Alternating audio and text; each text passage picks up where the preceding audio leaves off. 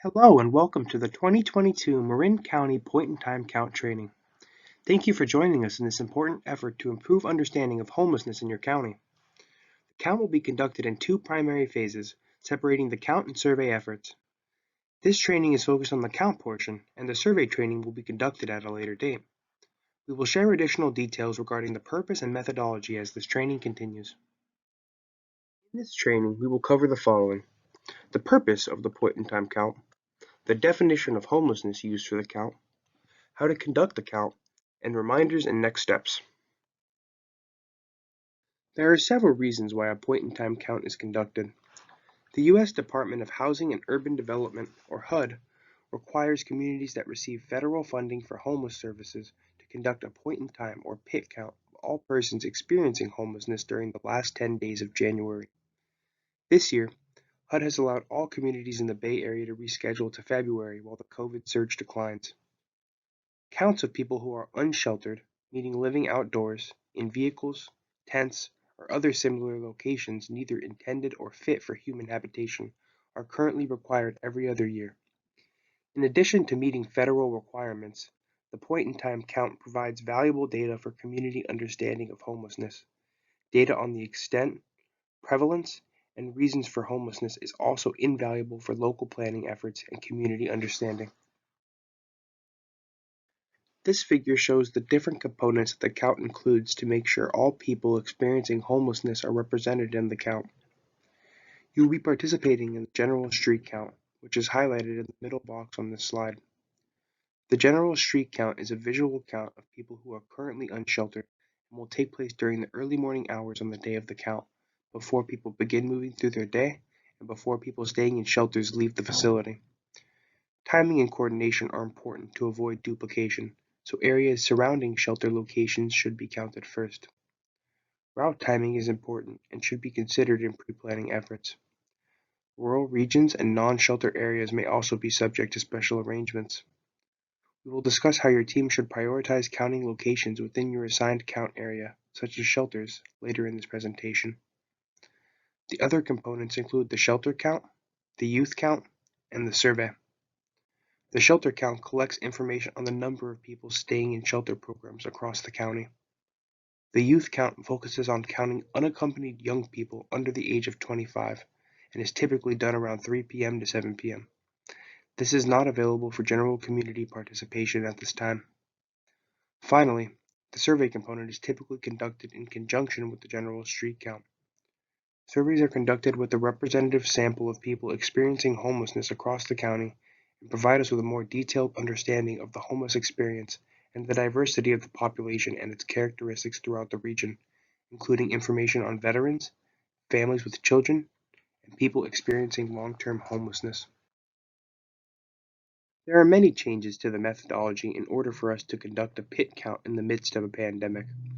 These changes are all designed to ensure the safety of all participants in the count. They include no large deployment sites, the pre-assignment of the majority of PIT routes or census tracts, emphasis on the outreach teams with lived experience guides and direct service program staff, the inclusion of the smartphone app Survey123 to be used for documenting observations of the team, and the team leader or designee will be the operator of the Survey123 observation app. The general street count is a visual count of people residing on the streets, in parks and open spaces, in tents, in vehicles, in abandoned buildings, or in makeshift shelters constructed of tarps, cardboard, or other materials. The street count will be conducted while people are still in public shelters in the morning, which will help us have an unduplicated count of everyone experiencing homelessness that day. To avoid duplication, we ask you to count the areas surrounding shelters first. As a reminder, volunteers will not be paid for their time, nor will volunteers be reimbursed for their mileage. Guides, who are individuals who have previously or are currently experiencing homelessness, will be paid a cash stipend upon completion of their count route. Here you can see what to expect on the morning of the count. Guides, program staff, and volunteers will arrive at 5 a.m., and the goal is to have you out the door and in the field as soon as possible so that your team has adequate time to cover your route. You will first access the Pit Count survey on the Survey 123 app. You will be able to access the app via a QR code or a web link. The app will ask you to verify health and safety information. After that, you will be asked to input your team number, which will be assigned to you prior to the count. We expect all teams to finish their routes by 9 a.m. Please call us if you think you need to be out any later than 9 a.m. or if you need additional help to complete your assignment. We strongly encourage you to conduct as thorough of a count of your assigned maps as you can. There are generally two different types of participants on each team during the general street count: volunteers and guides. This slide outlines the differences between guides and volunteers. A guide is an individual who has previously or is currently experiencing homelessness and uses their knowledge to identify individuals experiencing homelessness during the general street count. They will guide their team toward locations in their assigned count area where individuals experiencing homelessness are likely to be seen, and will help distinguish between safe and potentially dangerous situations. Guides are compensated for their time and contributions to the count in the form of a $20 per hour cash stipend. A volunteer will provide consultation and support in team decisions. They will be in charge of transporting their count team through their assignment and will help ensure that full coverage of the map is achieved and communicate with pit count organizers as needed.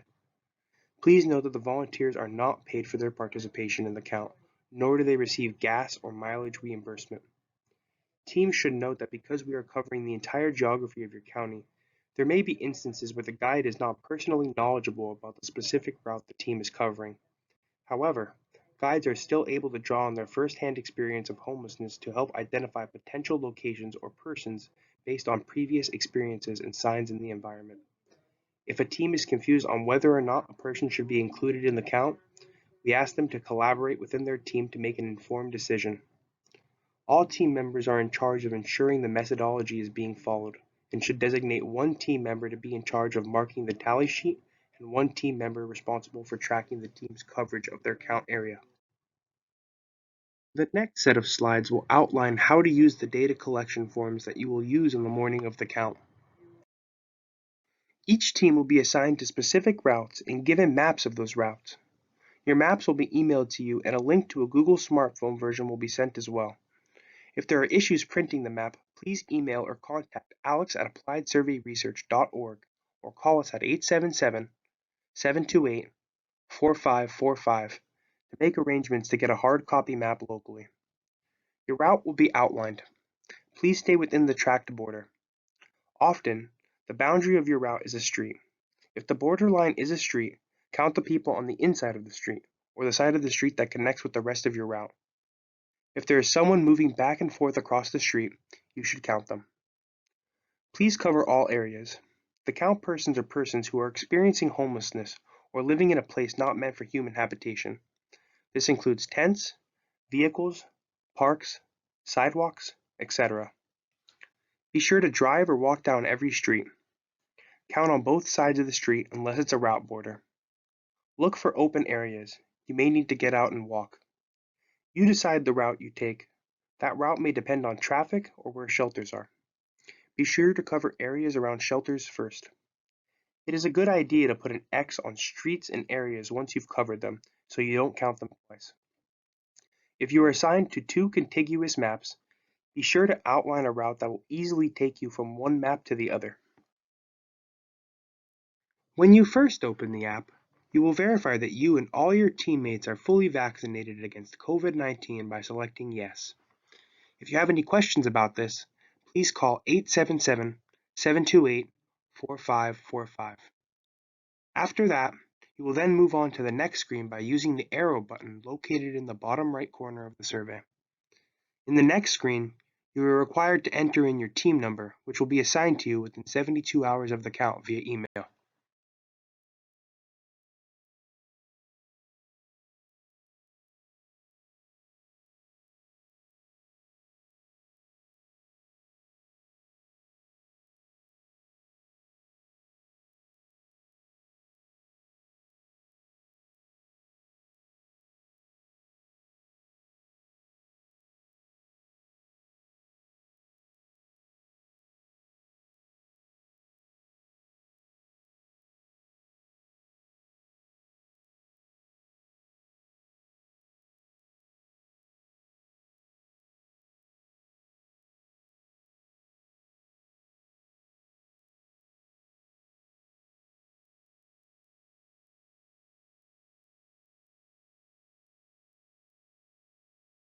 Please note that for the purposes of the count, a family is defined as one adult present with a child under the age of 18.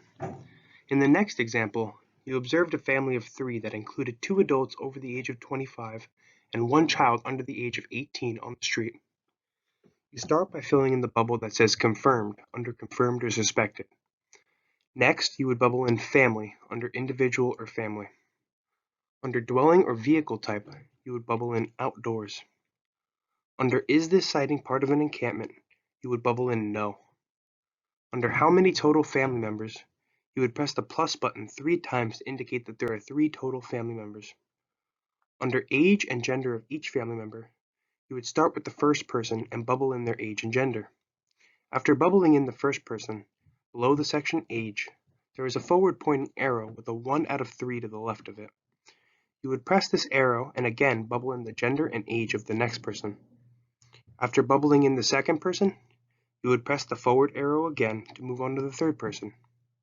After bubbling in the age and gender of the third person, you would press the plus icon in the bottom right area of your screen to finish the entry and move on to the next one.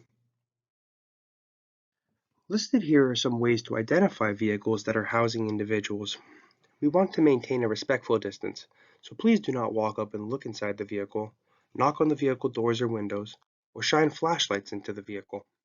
Instead, here are some signs to look for that can indicate whether somebody is living inside the vehicle or not. A vehicle with windows that are fogged, partially open, or blocked. Electrical connections or generators. Screens or window coverings.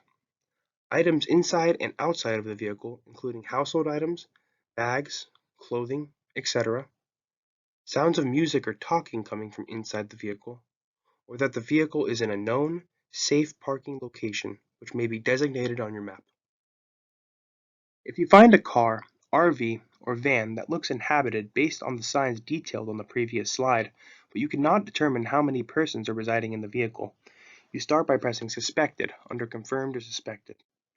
Next, under Dwelling or Vehicle Type, you would bubble in Car, RV, or Van, depending on what type of vehicle it is. Additionally, we ask that you record the last 4 digits of the license plate of each vehicle you include in the count. The reason we request that you document the last 4 digits of the license plate number is to help us avoid count duplication. Vehicles move quickly, and this helps ensure vehicles are not counted twice. The field for listing the last 4 digits of the license plate number is located below the section entitled Dwelling or Vehicle Type. After that, you would submit the entry and move on to the next one by pressing the plus button in the bottom right area of your screen. We take the privacy and confidentiality of people experiencing homelessness seriously. Please note that vehicles are not traceable or able to be tracked down using these numbers. Additionally, these numbers are only for use by the research consultant team from Applied Survey Research and will not be shared with any persons, organizations, or authorities outside of ASR. An encampment is defined as 2 or more tents or makeshift shelters that are grouped together. In this example, you observed an individual who appeared to be male and in his 30s outside a tent. You also observed a tent directly next to his with an individual who appeared to be male and in his 60s standing outside of that tent. You start by bubbling in Confirmed under Confirmed or Suspected. Next, under Individual or Family, you would bubble in Individual. Under Dwelling or Vehicle Type, you would bubble in Tent or Makeshift Structure. Under Is this sighting part of an encampment, you would bubble in Yes. Under Gender, you would bubble in Male. Under Age, you would bubble in 25 to 59. At the bottom of the survey, there is a plus button you can press to add another individual. It is located under the map. After adding the next individual, repeat the same steps you just did except under Age, you would bubble in 60 plus to indicate that you believe the second individual is in his 60s. To complete the entry, you would press the plus button in the bottom right area of the screen. In the second example, you observe 3 tents together but do not see any individuals. In this case, you start by bubbling in Suspected under Confirmed or Suspected. Under Dwelling or Vehicle Type, you would bubble in Tent or Makeshift Structure. After that, you press the plus button located under the map to indicate another tent, and repeat these steps for the next 2 tents or structures. Safety is a top priority while out in the field. Please take note of the following items when you are out conducting the count. Please be safe and do not take any risks. Do not approach individuals and ask them if they are experiencing homelessness. Please observe and document observations only. Do not take photos while out in the field to protect the privacy of those being counted. Please keep all locations and information confidential and do not discuss them after the count in social media or other public forums.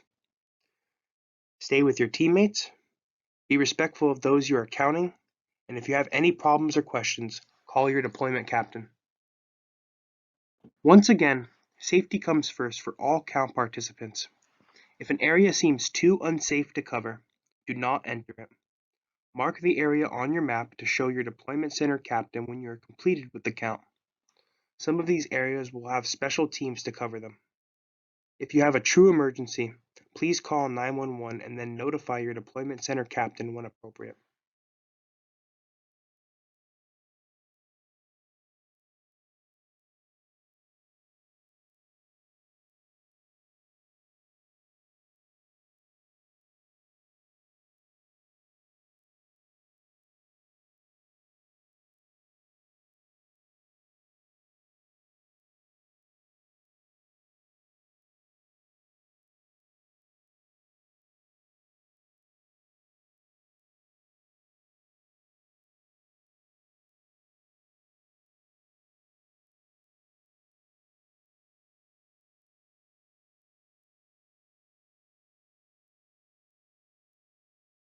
We will be in touch with you regarding any specific deployment location information, as well as reminders as we approach the day of the count.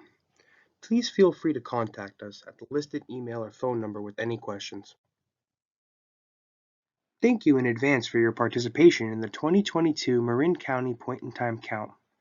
Please encourage your friends, family, and colleagues to join us in this year's count by directing them to the volunteer registration link. We couldn't do this without you, and we look forward to seeing you.